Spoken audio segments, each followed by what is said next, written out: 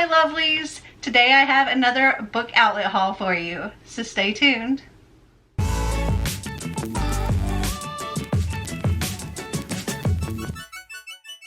So as you can see, I have two lovely boxes. They're actually, this one is this big and this one is bigger, but it's also kind of busted. So I've got to get into these and make sure everything's okay. Okay, we're gonna start with the smaller box here first. So in the first box, we only have 5 books. The first one is How Beautiful the Ordinary, 12 Stories of Identity. And this is a very small size compared to say like the normal size hardcover. Very cute though. This is by Francisca Leah Block, David Levithan, words, Gregory McGuire, Margot Lanigan, Jacqueline Woodson, Emma Donahue, William Sleater, Eric Shanower, Ron Kortug, Jennifer Finney Boylan, Ariel Scragg, and Julie Ann Peters. This says, a girl thought to be a boy steals her sister's skirt, while a boy thought to be a girl refuses to wear a cornflower blue dress. One boy's love of a soldier leads to the death of a stranger. The present takes a bittersweet journey into the past when a man revisits the summer school where he had an accidental romance, and a forgotten mother writes a poignant letter to the teenage daughter she hasn't seen for 14 years. Poised between the past and the future are the stories of now. In non-traditional narratives, short stories, and brief graphics, tales of anticipation and regret, eagerness and confusion present distinctly modern views of love, sexuality, and gender identification. Together, they reflect the vibrant possibilities available for young people learning to love others and themselves in today's multifaceted and quickly changing world. Okay, next up, this one is actually a little damaged. I don't know if it was damaged before I ordered it or what. I don't know, it's like cut, not just the cover, but the actual book itself. Hold on. The actual book itself is cut there, but it's not bad and it's not not readable or anything. This is Lulu and Milagros Search for Clarity by Angela Velez. And this says, overachiever Luz Lulu Zavala has straight A's, perfect attendance, and a solid 10-year plan. First step, nail her interview for a dream internship at Stanford, the last stop on her school's cross-country college road trip. The only flaw in her plan is Clara, her oldest sister, who went off to college and sparked a massive fight with their overprotective Peruvian mom, who is now convinced that out-of-state college will destroy their family. If Lulu can't fix whatever went wrong between them, the whole trip and her future will be a waste. Middle sister Milagro wants nothing to do with college or a nerdy class field trip. Then a spot opens up on the trip just as her on-spring break plans, Operation Don't Die a Virgin, are thwarted, and she hops on the bus with her glittery lipsticks, more concerned about getting back at her ex than she is about schools or any family drama. But the trip opens her eyes about possibilities she'd never imagined for herself. Maybe she is more than the boy-crazy girl everyone seems to think she is. On a journey from Baltimore all the way to San Francisco, Lulu and Milagro will become begrudging partners as they unpack weighty family expectations, uncover Clara's secrets, and maybe even discover the true meaning of sisterhood. I think this sounds awesome. Okay, next up is Something Happened to Allie Greenleaf by Haley Christer. And this says, Allie Greenleaf and Blythe Jensen couldn't be more different. Allie is sweet, bitingly funny, and just a little naive. Blythe is beautiful, terrifying, and the most popular girl in school. They've never even talked to each other until a party when Allie decides she'll finally make her move on Sean Nessel, her longtime crush and the soccer team superstar. But Sean pushes Allie farther than she wants to go. When she resists, he rapes her. Blythe sees Allie when she runs from the party. Everyone sees her. And Blythe knows something happened with Sean. She knows how he treats girls. Even so, she's his best friend, his confidant. When he begs her to help him, she can't resist. So Blythe befriends Allie in her attempt to make things right with Sean, bringing Allie into a circle of ruthless popular girls and sharing her own dark secrets. Despite the betrayal at the heart of their relationship, they see each other in a way no one ever has before. In her searing, empowering debut novel, Haley Christier tells the story of what happened that night and how it shaped Allie and Blythe forever. Both girls are survivors in their own ways, on their own terms, and while their friendship might not be built to last, it's one that helps each of them find a way forward. Okay, I can't remember if book 1 of this is going to be in that bigger box or not. I can't recall, but I must have been. It must be, because I don't know that I would have ordered it otherwise. But I have book 3 in the Darkness Becomes Her series. The first book is Darkness Becomes Her, and I've pulled it up on Goodreads. This is by Kelly Keaton, and I can read you about the first book, though I'm guessing it's going to be, like I said, in the other box. This says, Ari can't help feeling lost and alone. With teal eyes and freakish silver hair that can't be changed or destroyed, Ari has always stood out. And after growing up in foster care, she longs for some understanding of where she came from and who she is. Her search for answers uncovers just one message from her long-dead mother: run. Ari can sense that someone or something is getting closer than they should, but it's impossible to protect herself when she doesn't know what she's running from or why she's being pursued. She knows only one thing. She must return to her birthplace of New 2, the lush rebuilt city of New Orleans. Upon arriving, she discovers that New 2 is very different. Here, Ari is seemingly normal, but every creature she encounters, no matter how deadly or horrifying, is afraid of her. Ari won't stop until she knows why, but some truths are too haunting, too terrifying to be revealed. Now, if the first book isn't in this big box, that means I got it in a past box recently. Let me actually check really quick. I did. It was my last book outlet haul right here. This is the first book. And then I also have book 2 as well. Okay, the last book that is in that small box is The Ivies by Alexa Dawn.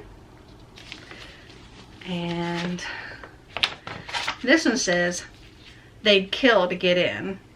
Olivia always knew the Ivies were ruthless. Not Ivy League universities, the Ivies. 5 Kaplan Academy girls who will stop at nothing to get into the college of their dreams.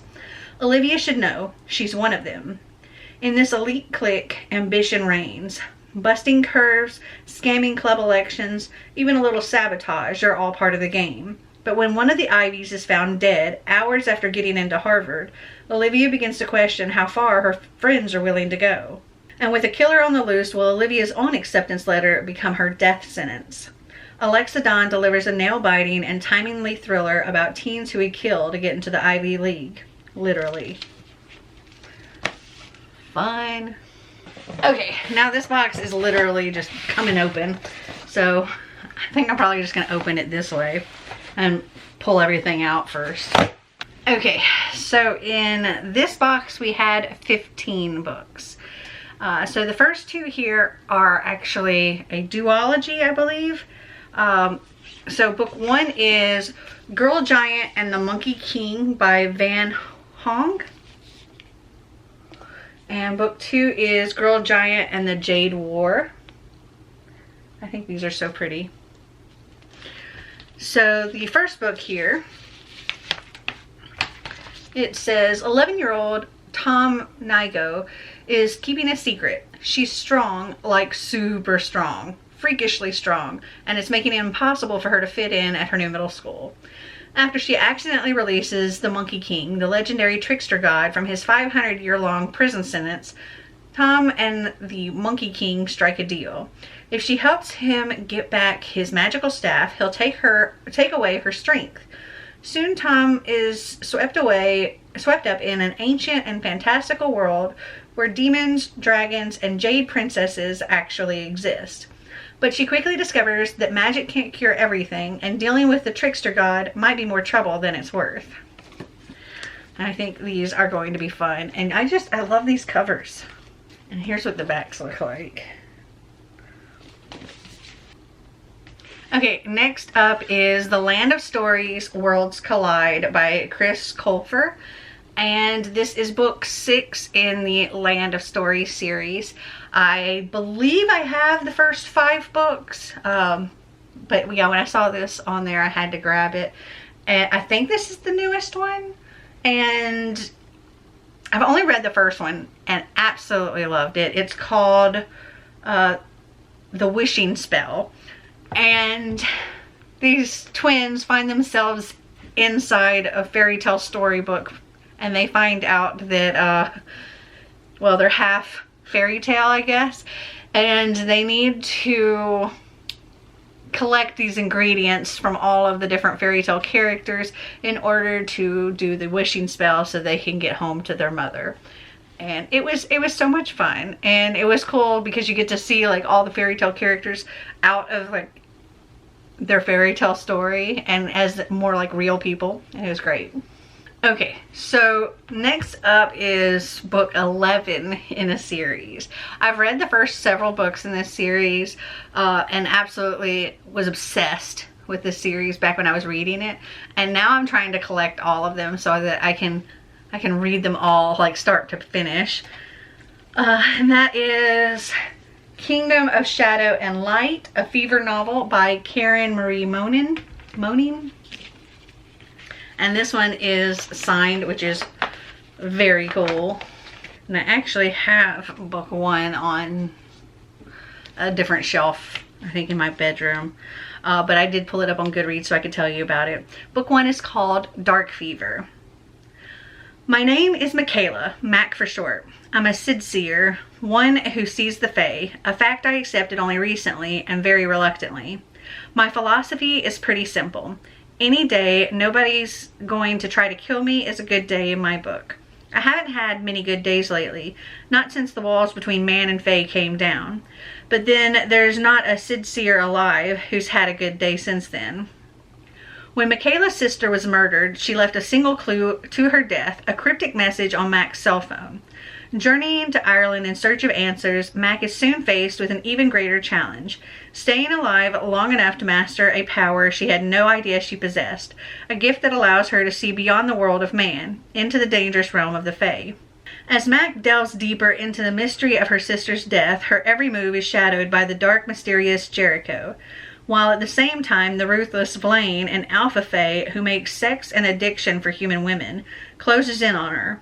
As the boundary between worlds begin to crumble, Mac's true mission becomes clear, to find the elusive Sinsar Dub before someone else claims the all-powerful Dark Book, because whoever gets to it first holds nothing less than complete control, both worlds in their hands. And it's so good. Okay, next up is That Dark Infinity by Kate Pentecost. And this says, with the curse unbroken, I'll remain this way until the end of the world. Past the end of the world, maybe. By night, the Anku is the most fearsome sword for hire in all of the 5 lands, a legendary, permanently young mercenary, and its most abating mystery. But when the sun rises, a dark magic leaves him no more than bones. Trapped in a cycle of death and resurrection, the Anku wants only to find the final rest that has been prophesied for him, no matter the cost. When the kingdom of Care Ice is sacked, Flora, a royal handmaiden, is assaulted and left for dead. Deeply wounded, heartbroken, and the sole survivor of the massacre, Flora wants desperately to be reunited with the princess she served and loved. She and the Anku make a deal. He will help Flora find her princess and train Flora in combat in exchange for her aid in breaking his curse.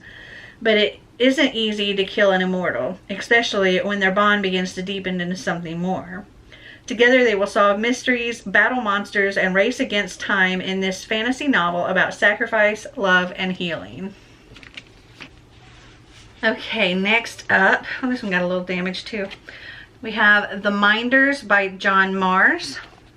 And I've read The Passengers by him and absolutely loved it, so I'm excited to try more by him. This says, the stunning new thriller from the author of The Passengers and the word-of-mouth sensation The One, basis for the Netflix original series. In the 21st century, information is king, but computers can be hacked and files can be broken into, so a unique government initiative has been born. 5 ordinary people have been selected to become minders. Transformed by a revolutionary medical procedure, they are the latest weapon in thwarting cyber terrorism. The country's most classified information has been taken offline and turned into genetic code implanted inside their heads.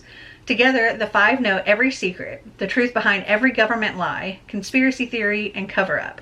In return, they're given the chance to leave their problems behind and a blank slate to start their lives anew. But not everyone should be trusted, especially when they each have secrets of their own they'll do anything to protect. That sounds so good.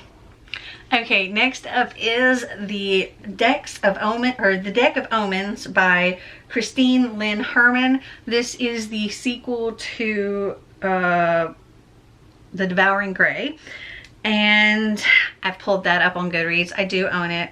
It's just in another room.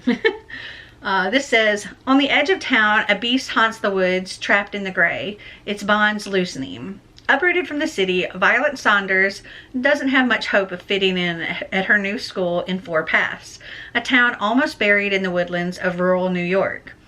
The fact that she descends from one of the town's founders doesn't help much either. Her new neighbors treat her with distant respect and something very like fear. When she meets Justin, May, Isaac, and Harper, all children of founder families, and sees the otherworldly destruction they can wreak, she starts to wonder if the townsfolk are right to be afraid. When bodies start to appear in the woods, the locals become downright hostile. Can the teenagers solve the mystery of Four Paths and their own part in it before another calamity strikes? Okay, so this next one is sort of like a novella. It's book 1.5 in the Christmas series by Matt Haig. Book 1 is called A Boy Called Christmas, and this is a mouse called Mika, and it's very thin.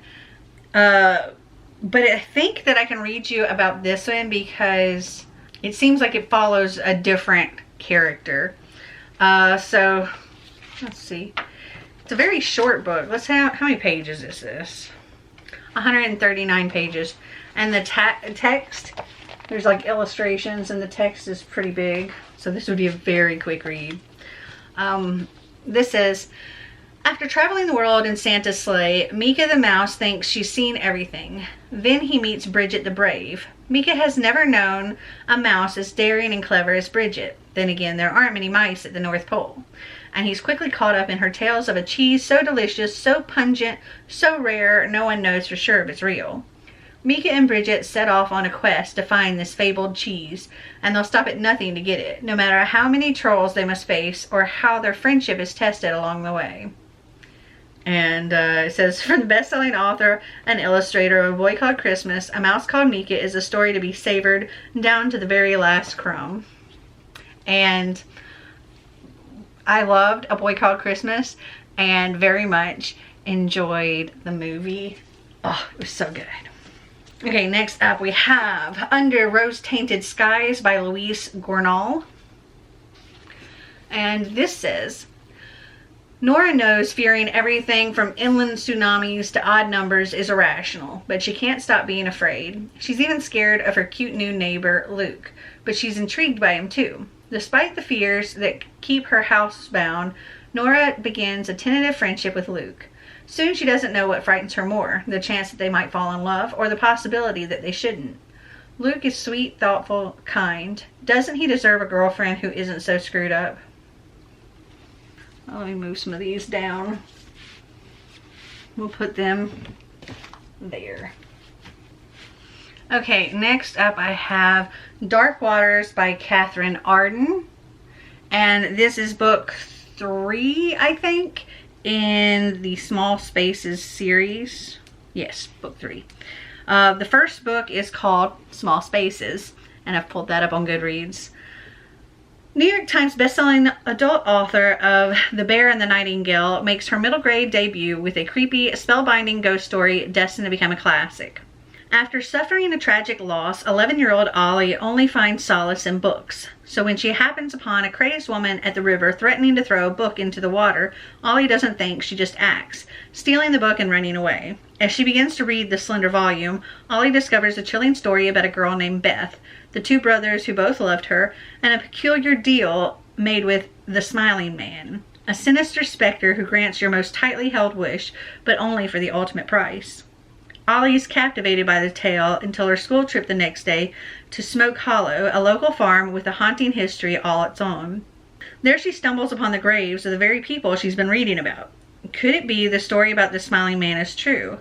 Ollie doesn't have too long to think about the answer to that. On the way home, the school bus breaks down, sending their teacher back to the farm for help. But the strange bus driver has some advice for the kids left behind his care. Best get moving. At nightfall, they'll come for the rest of you. Nightfall is indeed fast ascending when Ollie's previously broken digital wristwatch, a keepsake reminder of better times, begins a startling countdown and delivers a terrifying message. Run. Only Ollie and two of her classmates heed the bus driver's warning. As the trio head out into the woods, bordered by a field of scarecrows that seem to be watching them, the bus driver has just one final piece of advice for Ollie and her friends. Avoid large places. Keep to small. And with that, a deliciously creepy and hair-raising adventure begins. And I think it sounds super creepy. Okay, next up is Let the Storm Break by Shannon Messenger. And I have, I think, the rest of this series. I was just missing book 2. So book 1 here is called Let the Sky Fall. And it says, Vane Weston should have died in the Category 5 tornado that killed his parents. Instead, he woke up in a pile of rubble with no memories of his past, except one. A beautiful dark-haired girl standing in the winds. She swept through his dreams ever since, and he clings to the hope that she's real. Audra is real, but she isn't human. She's a sylph, an air elemental who can walk on the wind. Translate its alluring songs, even twist it into a weapon. She's also a guardian, Vane's guardian, and has sworn an oath to protect him at all costs. When a hasty mistake reveals their location to the enemy who murdered both their families, Audra just has days to help Vane unlock his memories. And as the storm winds gather, Audra and Vane start to realize that the greatest danger might not be the warriors coming to destroy them, but the forbidden romance growing between them. Okay, next up is Along the Saltwise Sea by A. Deborah Baker. This is a pen name for Shauna McGuire. Okay, so this is book 2 in the Up and Under series. And the Up and Under series are books that are mentioned in her Middle Game series by this author A. Deborah Baker. It's very intricate and all twisted together, and it's really, really good, and I love it. So I've actually read the first 2 books, and I just now realized that apparently in 2022 a 3rd book came out, and a 4th book is getting ready to come out in 2023. I didn't know that. But okay. So I've pulled up on Goodreads book 1 so I can tell you about it, which is called Over the Woodward Wall. If you trust her, you'll never make it home. Avery is an exceptional child. Everything he does is precise, from the way he washes his face in the morning to the way he completes his homework, without complaint, without fuss, without prompt. Zib is also an exceptional child, because all children are, in their own way. But where everything Avery does and is can be measured, nothing Zib does can possibly be predicted, except for the fact that she can always be relied upon to be unpredictable. They live on the same street, they live in different worlds. On an unplanned detour from home to school one morning, Avery and Zib find themselves climbing over a stone wall into the Up and Under, an impossible land filled with mystery, adventure, and the strangest creatures. And they must find themselves and each other if they are to also find their way back and out to their own lives. And now I need the other books because I didn't know they existed. Okay, next up we have As If on Cue by Marissa Cantor. And there was another book that I read by Marissa Cantor. Let me look. And I remember absolutely loving it. Oh, What I Like About You. think I gave it 5 stars. I really liked it. Okay, so this says all's fair in love and prank wars. Lifelong rivals Natalie and Reed have never been on the same team. So when their school's art budget faces cutbacks, of course Natalie finds herself up against her nemesis once more. She's fighting to direct the school's first ever student-written play, but for her small production to get funding, the school's award-winning band will have to lose it, Reed's band. And he's got no intention of letting the show go on. But when their rivalry turns into an all-out prank war that goes too far, Natalie and Reed have to face the music, resulting in the worst compromise, writing and directing a musical together. At least if they deliver a sold-out show, the school board will reconsider next year's band and theater budget. Everyone could win, except Natalie and Reed. Because after spending their entire lives in competition, they have absolutely no idea how to be co-anything. And they certainly don't know how to deal with the feelings that are inexplicably, weirdly, definitely developing between them. Okay, next up is the 4th book in a series. That is The Wizards of Once, Never and Forever by Cressida Cowell. We own the first 3 books, and Xander and I think I've read the first 2 together. So I have it pulled up on Goodreads here. The first one is called The Wizards of Once. It says, this is a story of a young boy wizard and a young girl warrior who have been taught to hate each other like poison, and the thrilling tale of what happens when their 2 worlds collide. Perfect for boys and girls who love fantasy adventure. Once there was magic, and the magic lived in the dark forests. Wizard boy Czar should have come in to his magic by now, but he hasn't. So he wants to find a witch and steal its magic for himself. But if he's got any chance of finding one, he'll have to travel into the forbidden Badwoods. Czar doesn't realize he's about to capture an entirely different kind of enemy, a warrior girl called Wish. And inside this book, at this very moment, 2 worlds collide and the fate of the land is changed forever. Czar and Wish must visit the dungeons at Warrior Fort and face the evil queen, but something that has been sleeping for hundreds of years is stirring. Okay, and then the last book that I have here is Where They Found Her by Kimberly McCreet. And this says, an idyllic suburban town, a devastating discovery. Shocking revelations that will change 3 lives forever. At the end of a long winter in a well-to-do Ridgedale, New Jersey, the body of a newborn is found in the woods fringing the campus of the town's prestigious university. No one knows the identity of the baby, what ended their very short life, or how she came to be found among the fallen leaves. But for the residents of Ridgedale, there is no shortage of opinions. When freelance journalist and recent Ridgedale transplant Molly Sanderson is unexpectedly called upon to cover the disturbing news for the Ridgedale Reader, the town's local paper, she has good reason to hesitate. A severe depression followed the loss of her own baby, and this assignment could unearth memories she has tried hard to bury. But the disturbing history Molly uncovers is not her own. Her investigation reveals a decades-old trail of dark secrets hiding behind Ridgedale's white picket fences. Told from the perspectives of 3 Ridgedale women, Kimberly McCreet's taut and profoundly moving novel unwinds the tangled truth behind the tragedy, revealing that these women have far more in common than they could have ever imagined, that the very worst crimes are committed against those we love, and that sooner or later, the past catches up to all of us. These all sound so good. I am so excited to have them. Have you read any of them? Did you like them? Did you not? Comment down below and let me know. Well, I hope you guys enjoyed this video. If you did, give me a big thumbs up. If you'd like to see more videos like this, click that subscribe button down below. And until next time, remember to always be completely you. Bye!